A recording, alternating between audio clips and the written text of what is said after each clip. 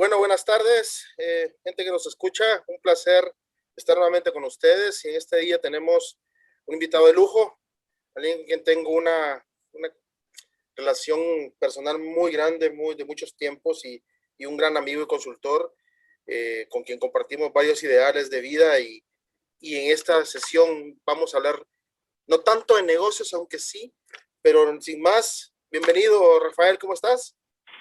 Bien, Carlos, encantado. Un gran saludo, pues, a las personas que nos ven en Denver, pero en toda la región, en todas las latitudes a donde pueda llegar la señal, un privilegio. Te agradezco. Rafael, pues como te digo, como Cámara de Comercio estamos empezando este tipo de conversatorios y creo que después de la gran situación que pasamos, la situación con la pandemia, o que seguimos estando ahí, aunque con nuevos formas, pues yo creo que el factor humano se volvió un elemento, si ya era importante, hoy se ha vuelto vital. Y entiendo que tu experiencia viene por ese lado. Cuéntanos cuál ha sido tu background, cuál es tu background y cuál es tu rol, es decir, cómo te desarrollas. Bueno, yo me dedico a capacitar en empresas, a llevar a las personas mensajes de motivación, de crecimiento, de ventas, de servicio. Y lógicamente al inicio de la pandemia fue un shock para todos, fue una crisis muy aguda y hubo mucha incertidumbre, te puedo decir altos niveles de estrés, Sí, pero lo más fuerte era ansiedad, porque cuando tú conoces lo que va a pasar, sientes algo de miedo, claro. pero cuando tú no sabes lo que va a pasar, entonces viene la ansiedad, una incertidumbre y todos teníamos que estar nadando con el cambio e ir fluyendo. Así que te puedo decir que esa fue mi percepción inicial y estoy sorprendido de cómo estamos regresando a la normalidad, de cómo se han ido conquistando. Una vez más, la humanidad demuestra que cuando nos unimos y cuando le metemos determinación, los problemas más grandes se van resolviendo. Sí, es interesante porque yo que estoy aquí en Denver, te digo, tuvimos una guardados mucho tiempo, pero también este país no para, entonces hubieron formas de trabajar, pero ese factor que tú dices, ansiedad, se notó mucho. En tu, en tu experiencia personal, Rafael, cuál han sido, mejor dicho, los aspectos del ser humano que fueron más tocados en esta situación y que obviamente ahora, cuando ya las cosas empiezan a semi-normalizarse o a una nueva normalidad, como le dicen, deben de ser tratados primero, para mejorarlos y segundo, para tratar de que no vuelva a pasar, porque para mí, en términos personales, pandemia me demostró de que mañana puede haber otra cosa, ojalá que no, espero que no pase, pero como que nos vamos a tener que preparar ahora para cosas distintas, ¿no? Sí, yo creo que nos puso a prueba, que nos enfrentó con las partes más fuertes de nosotros mismos, también nuestras debilidades. Salió algunos días nuestra mejor parte y el comportamiento más heroico, otras veces tal vez nuestra sombra, tal vez nuestras debilidades. ¿Cómo lo viví yo? Si te puedo contar un poco. Yo vivía en otro país, en Honduras, ahora estoy en Guatemala en proceso de trasladarme a México. Me había divorciado hacía unos meses nada más. Y fíjate que entonces me golpeó emocionalmente. Por un lado, vivía mucha soledad, pero bueno, para mí que hago ejercicio, yo practico karate, tai chi, todo esto, también sentía como un agobio, como un encierro. Entonces, la misma situación cuando tuve que salir del país, yo salí de Honduras porque una hermana mía estaba muy enferma, entonces tuve que tomar una decisión, si yo deshacía el apartamento o si yo lo dejaba y pagaba renta por ese apartamento. Le propuse al dueño que me permitiera rentarlo por Airbnb y de esa manera salirme 6 meses del país, pero en ese tiempo no se sabía. Y él tenía una persona que le alquilaba, que le pedía el apartamento alquilado, si yo me iba, Y fíjate que él no se la quiso jugar conmigo.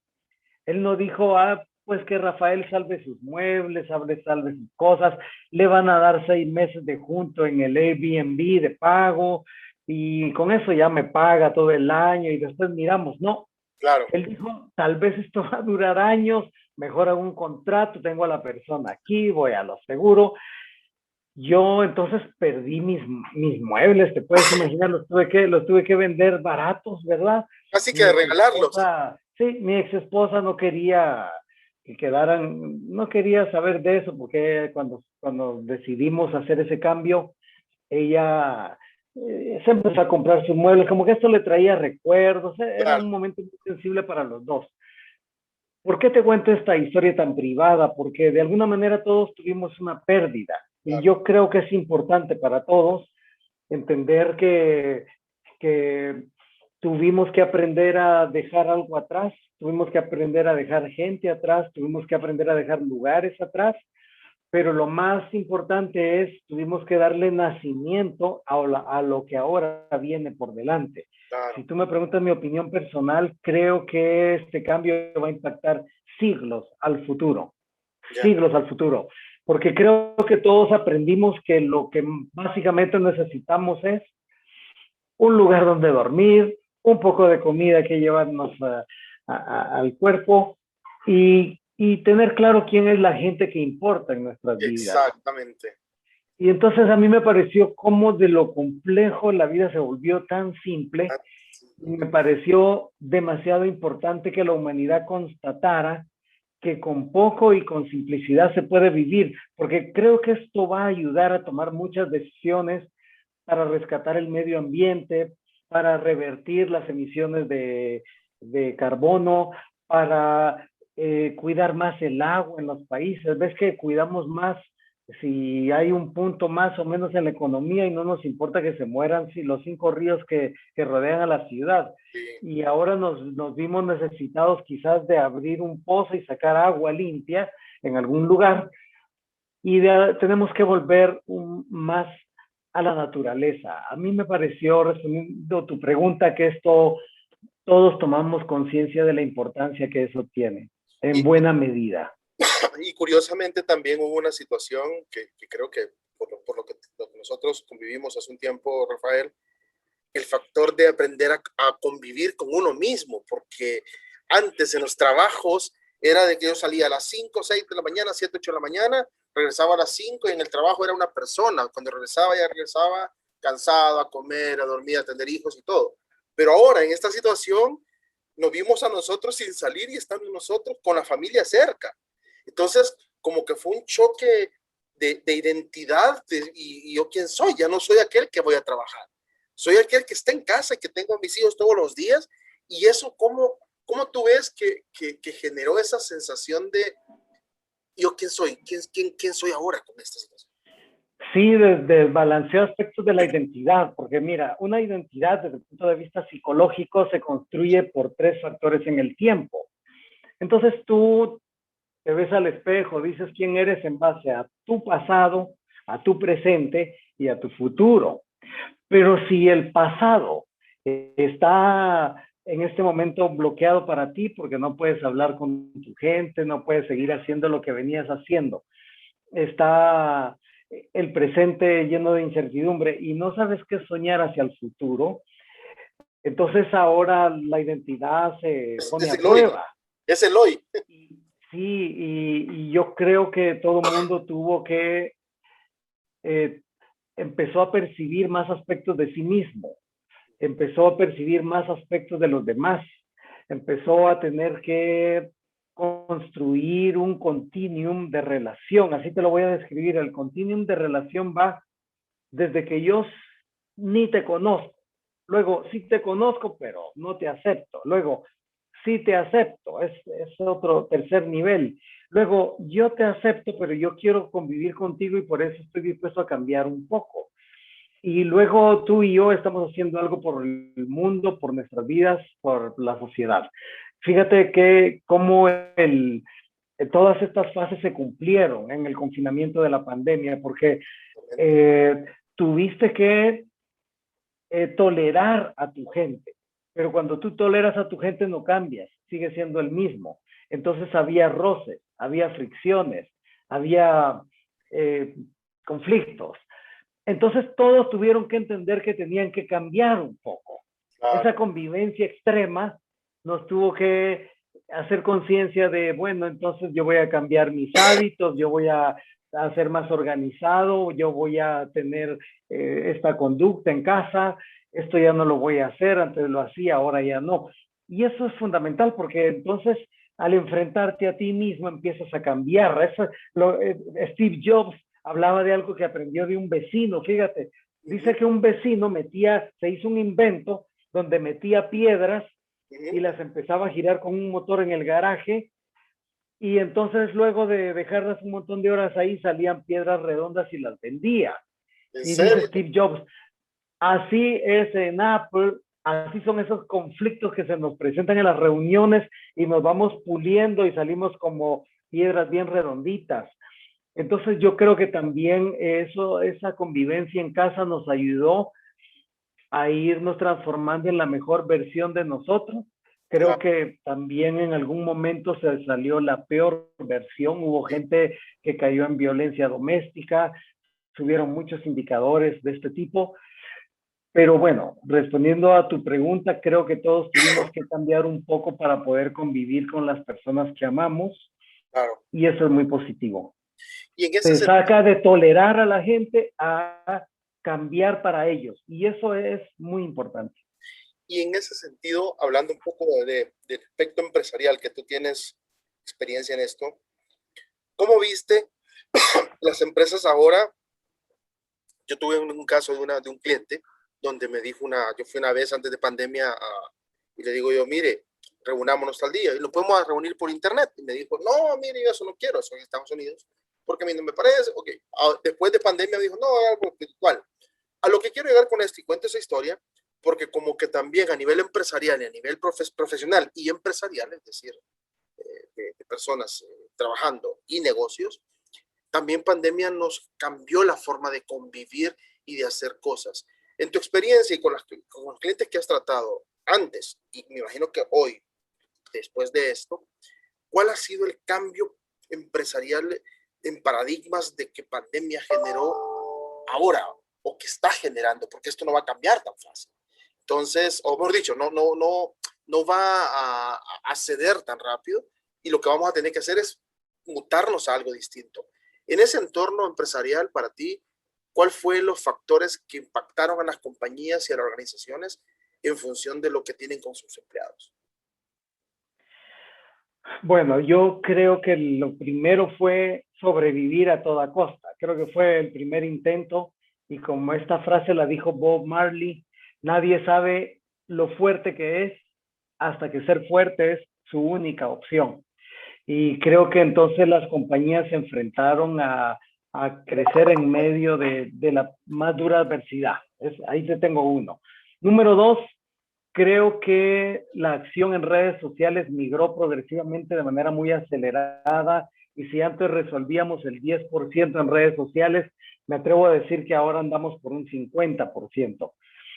Entonces considero que todo lo que es imagen digital, todo lo que es tu historial en redes, todo lo que representa digamos, lo que puedas transmitir en redes fue importante para que las compañías le pusieran mucha atención. Pero te voy a hablar también de un aspecto adverso, porque yo capacito en empresas. Y, por ejemplo, yo dirigí un programa con una compañía, un programa de liderazgo en línea. Entonces hicimos 5 módulos en línea, y cuando en el mes de marzo que estaba bajando bastante el COVID ya en Centroamérica, y luego después de Semana Santa hubo una oleada tremenda, pero en ese momento la compañía se atrevió a hacerlo presencialmente. ¿En serio? Y entonces me dijeron, estamos cansados de tanta pantalla, véngase por favor. Y juntaron con todas las medidas de bioseguridad a su gente.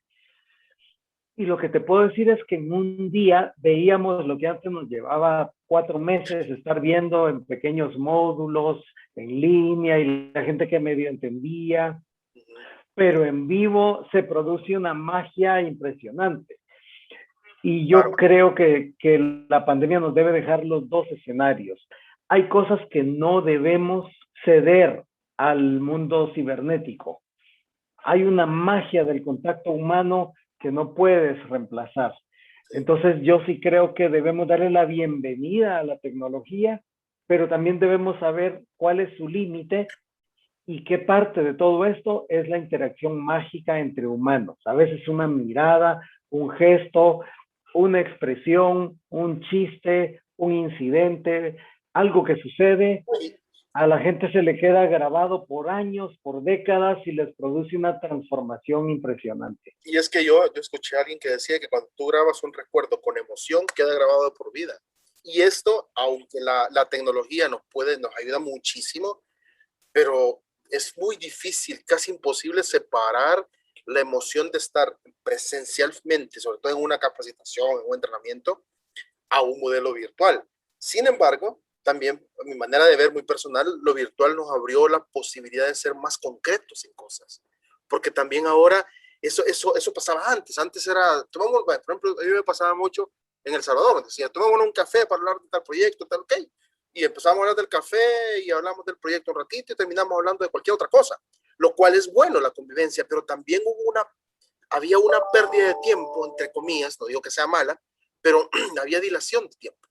Ahora no, ahora también la tecnología nos permitió ser más consistentes y más concretos en los temas, ¿no? Entonces, yo comparto contigo muchísimo el hecho de que la sensación personal, o sea, ese vínculo personal debe de perderse en aquellos factores que impactan la vida de la gente y sobre todo en negocios, ¿no?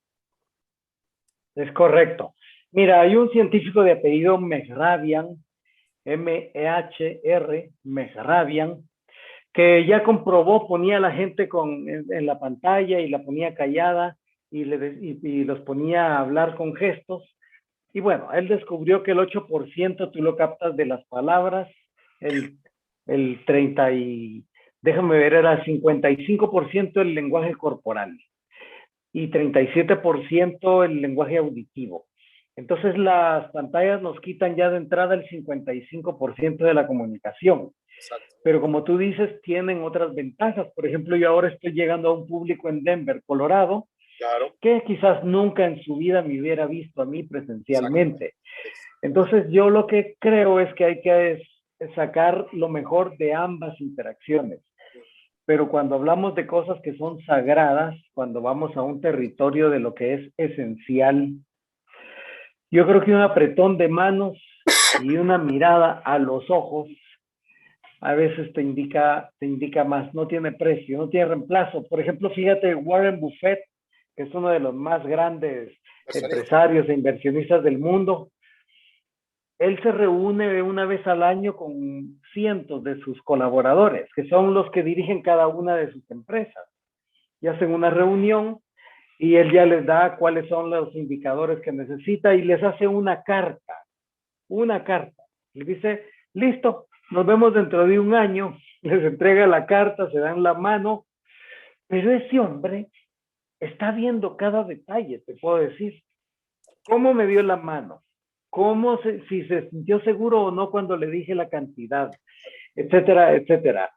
Así que creo que tenemos que conservar eso. Mi llamado al público sería, y respondiendo a tu pregunta, que las empresas, lo que es esencial, se tomen el tiempo de verse en persona. Si van a tomar decisiones que van a cambiar la vida de miles de trabajadores o del mismo público, creo que es mejor que se tomen el espacio para verse. Y creo que lo operativo lo podemos ceder a la tecnología. Y en ese sentido, Rafa, siguiendo un poco tu visión y tu recomendación, fíjate, aquí en Estados Unidos pasan dos cosas bien simpáticas. Cuando vino la pandemia, pues la mayoría de lugares de nuestra comunidad, hablemos de la comunidad hispana por ahora, restaurantes, centros comerciales, mini supers, todo cerraron. Ahora, ¿qué está pasando? No hay trabajadores. ¿Por qué? Porque también el gobierno, por estos incentivos y estímulos que hicieron, eh, han hecho que la gente diga, no, mejor espero que el gobierno me ayude y no trabajo. A lo que quiero llegar yo es que se está sucediendo un fenómeno social bien interesante y también complicado. Es que muchos restaurantes, compañías, negocios que antes tenían empleados, hoy no tienen. Entonces, había una conversación que tuve hace poco con uno de ellos, me decía, necesito trabajadores y no vienen. A lo que quiero llegar con todo esto es, en tu experiencia y por lo que hemos hablado, ¿cuál debiera ser la estrategia social y humana para volver a llamar a que estos trabajadores, porque obviamente la gente se va por un dinero, vamos a ponerlo claro, pero también hay otros factores personales que importan y que quizás muchas veces no son parte evidente del tema. Entonces, la pregunta sería, ¿cuál debiera ser una estrategia muy simple, así en un minuto, para que estas compañías, estos negocios que ahora cuesta conseguir gente, por la razón que tienen apoyo gubernamental, lo que tú quieras, vuelvan a tener esa magia de poder ir a trabajar a un lugar y que sea atractivo para mí? ¿Cuál debiera ser la estrategia? Ya, a tu criterio. Bueno, si lo tuviera que resumir en una palabra, la palabra sería conciencia. Okay. Conciencia. Porque yo creo que estamos en una época donde la humanidad tiene que hacerse más consciente o pagar un precio por la inconsciencia. Okay. Y si tú me lo pides con una estrategia simple, creo que hay que llegar en primera instancia a los líderes. A los líderes. Okay. Entonces, cuando tú miras, por ejemplo, los riesgos que corre el mundo en el aspecto del medio ambiente en los próximos 100 años, y mira lo inconscientes que han sido muchos líderes sobre el tema, tú te preguntas, ¿cómo un líder a ese nivel puede tener ese nivel de inconsciencia? Entonces yo diría que como estrategia las compañías tienen que invertir en sus líderes, en que sus líderes sean personas conscientes, con valores, con ética, y que sean personas que cumplen con lo más elemental, es decir, yo creo que es un llamado a ser más naturales. Entonces, tú no puedes estar solo en reuniones y estando en temas de trabajo y descuidando tu salud física, por ejemplo. Entonces necesitamos gente más natural, que su cuerpo esté sano, que su energía esté sana, que su vida emocional sea más sana. Creo que tenemos que acuñar ciertos valores. La sociedad está muy expuesta, a esto lo dice el doctor Rojas, autor del libro El Hombre Light. Dice el doctor Rojas, Enrique Rojas, dice, le estamos metiendo a la juventud una especie de nihilismo, de no creer en nada, una especie de permisividad donde todo se vale, todo está bien, es tu forma de ver el mundo, un deseo excesivo de confort, o sea, placer a cualquier costo. Y entonces eso nos está creando gente muy frágil, le llaman a veces la generación de cristal, un mundo de cristal. Entonces yo creo que necesitamos reforzar el liderazgo y que los líderes abracen estos principios y estos valores que los vuelvan ejemplares. Entonces regresa a tener tu cuerpo sano, regresa a administrar tu energía sanamente, di no a emociones tóxicas, emociones perdedoras, di no a la tribu tóxica, trabaja en construir tus relaciones, cultívate mentalmente, y voy con lo último, y cultívate espiritualmente. Creo que un líder que no tiene conexión con lo espiritual va a ser un líder pobre. Vacío.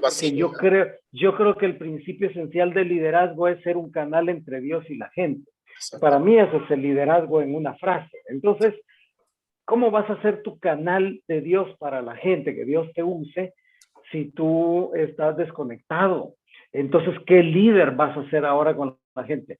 Si tenemos a los líderes bien, ellos se van a ir encargando, pero también es cierto que el liderazgo va pasando de una cosa muy vertical a algo más horizontal, donde todos vamos agarrando un pedacito. Yo te diría que es un llamado a las personas que estemos luchando por mantenernos más cerca de una vida consciente, hacerlo, dejar de ser víctimas, dejar de ser personas que se van solo por su ley de manera egocéntrica, y empezar a ser un canal de la vida y empezar a conectar de manera natural con todo. Perfecto. Que puedas respetar a las plantas, a los animales, a los niños, a la gente de todas las razas, que puedas, digamos que hacer una fiesta de estar vivo. Perfecto, Rafa. Fíjate, y para ir ya cerrando la conversación, yo creo que nuestra comunidad, hablando de profesionales, gente trabajadora y negociantes o empresarios, tú has dicho una palabra clave, volver a ser conscientes. Creo que es una de las cosas que nos está haciendo falta para volver a afrontar esta nueva realidad que viene y esta forma de manejarnos ahora, porque nada va a ser igual, o sea, y quizás vamos a ponerlo, pandemia fue el detonante, pero creo que todo esto venía parte de un proceso de cambio. En mi carácter personal creo que cada vez las demandas son más grandes, pero el volverse simple hace que puedas atender más fácil esas demandas, porque creo que también la sociedad hoy con pandemia demostró, como tú decías al principio, que no se necesita tener 3 carros, 7 casas, 40 cosas para vivir cuando la cosa es muy simple. Entonces, en ese sentido, pues yo comulgo mucho con tus principios, sobre todo que lo espiritual sea parte de la guía. Y para ir finalizando, Rafa, ¿cuál es el mensaje que tú darías a la gente ahora que viene esta nueva normalidad y que de alguna forma pues está buscando volver a creer, volver a darse, volver a empoderarse y salir adelante de esta situación? Bueno, yo creo que lo primero es que creamos en nosotros mismos, ¿verdad? Y nos edifiquemos y nos construyamos. Y que podamos volver agentes de cambio positivo.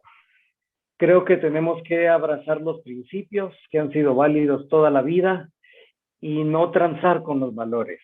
Creo que no debemos, por un poco de dinero, vamos a ver, causar dolor y sufrimiento para el mundo, para los animales, para la gente. Creo que tenemos que ser más amorosos, más compasivos.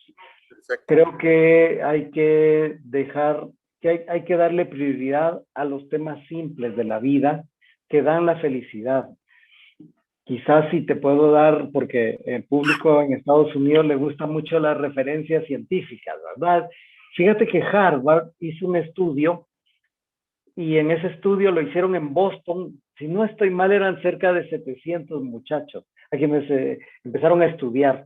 Unos eran de la Universidad de Harvard y otros eran clase media, clase popular en Boston. Y los han estudiado por más de 90 años, imagínate. Es uno de los estudios más largos que lleva 4 generaciones de científicos estudiando qué comen, qué hacen, a dónde llegaron, de qué se graduaron, con quién se casaron, dónde vivieron, les fue bien, les fue mal, cómo murieron, qué descendientes tuvieron. Han estudiado todo y todo ese estudio tiene más de 2 millones de hojas. Si tuviera que imprimirse, sería un estudio con 2 millones de hojas, imagínate. Pero el científico que lo dirige, que hizo una TED Talk, te da el resumen de esas 2 millones de hojas en una línea.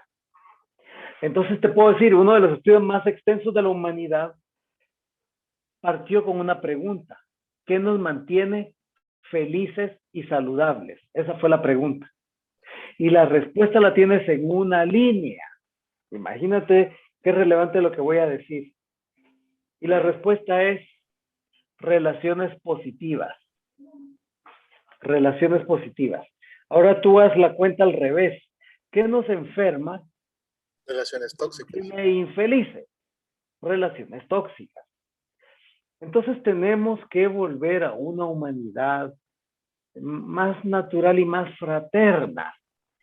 Y creo yo que todo mundo debemos cuidar entonces quién es la gente que ha hecho algo por ti, quién es la gente que ha sido relevante, qué es lo esencial que va a perdurar y no negociar con eso, no venderlo y no ser cobarde para que por miedo, porque me van a acusar, porque me van a atacar, porque yo voy a ser el blanco de los señalamientos, entonces nos prestemos Ok. a las intoxicaciones del mundo. Creo que tenemos que volver a esos principios, defender lo que hay que defender y esto hacerlo amorosamente con la gente en círculos de buena relación.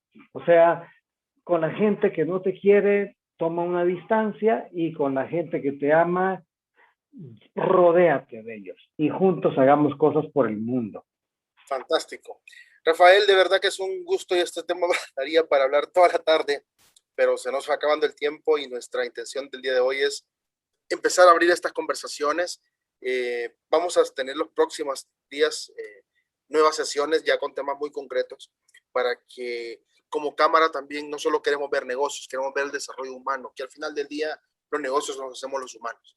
Y si los humanos estamos mal, tarde o temprano los negocios van a estar mal. Así es que nuevamente te agradezco el hecho de estar con nosotros esta tarde. Eh, un saludo fraterno a Guatemala y pues agradecerte nuevamente todo esto. Igual para ti, Carlos, y para la Cámara de Denver, yo lo que le diría es que hay mucha gente que ha soñado para estar allá y para poder desarrollarse, mucha gente que se queda en la frontera, que está en el camino, mucha gente que no puede salir de su lugar. Eh, y creo yo que los hispanos de Estados Unidos han cumplido un rol trascendental para Latinoamérica. Por ejemplo, esas remesas que mandan son esenciales. Ya ves tú cómo en Cuba vive de las remesas de los cubanos. Venezuela ahora vive Sí. de lo que mandan los 5 millones de venezolanos que se fueron. Ya no te digo Centroamérica, El Salvador, tú lo has vivido, pero yo creo que no es solo mandar dinero para acá. Y voy a despedirme con esta historia para ti. Fíjate que mi mamá tuvo una suerte de medio hermano que fue alguien que mi abuelo adoptó. Mi abuelo lo apoyaba mucho a él porque él fue hijo de una trabajadora que él tuvo con un sobrino de él, ¿verdad? Mi abuelo tenía un sobrino algo pícaro que le embarazó a su trabajadora.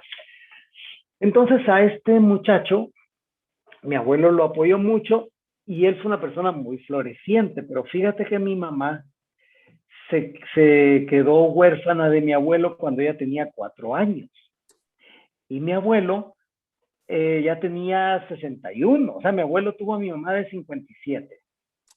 Entonces, fíjate, mi mamá se quedó luego viuda de 23 años con 3 niños, porque mi padre falleció en un accidente. Entonces, lo que te quiero transmitir es que fue difícil para nosotros salir adelante, Claro. pero estudiábamos con los hijos de esta persona de quien te hablo.